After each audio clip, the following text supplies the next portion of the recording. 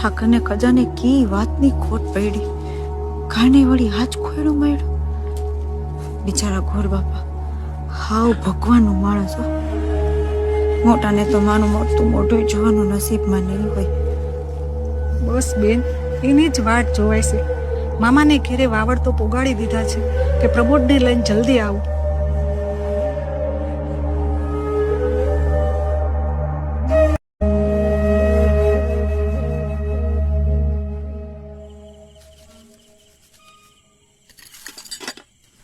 ક્રિયામાં જમણવાર છાજે તેવો હતો. આ ચૂકવણાને પહોંચી વળાશે ને? પ્રફુલ્લ કહેતો હતો કે કંઈ જરૂર હોય તો કહેજો, કે આપણી આ બેન જ હતી ને. મહેરબાની. આવા ભાઈઓ હંડી બહેનો જ મળે. મહાદેવની દયાથી થઈ પડશે, બીજું શું. એટલે આમાં તમે પ્રમોદને સાચવો છો. હવે એ ઉપકારે હું આ ભવે વાળી શકું ઘણું છે.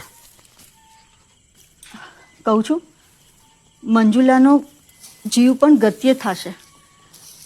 આ છોકરાઓ હાટું થઈને તો કંઈ બીજવાનું વિચારો.